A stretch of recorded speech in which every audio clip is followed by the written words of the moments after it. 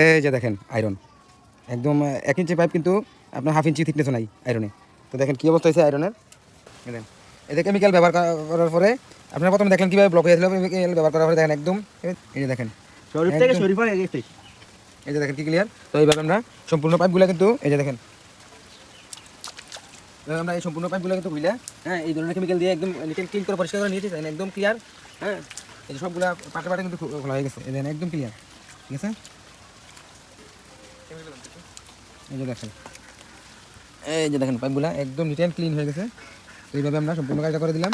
এখন আর এই যে ট্যাঙ্কির মধ্যে কিন্তু প্রচুর পরিমাণ মালা ছিল, দেখেন ট্যাঙ্কিটাও কিন্তু আমরা একবারে চুনের মতো করে নিলাম।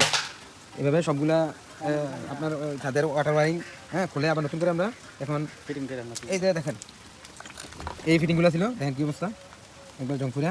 এই যে সব জিআই ফিটিং ছিল, জিআই ফিটিং চেঞ্জ করে সব পিভিসি ফিটিং ব্যবহার করবো। একদম মানে আপনি ব্যবহারে অনেক আরামদায়ক হবে, আপনার ভোগান্তি কম হবে।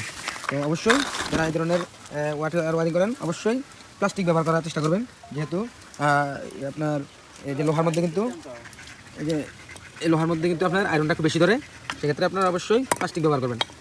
সবগুলো আমরা চেঞ্জ করে এখন সবগুলো খুলে ফেলবো, সবগুলো খুলে এই জিআই ফিটিং ব্যবহার করবো। ওকে থ্যাংক ইউ, আসসালামু আলাইকুম।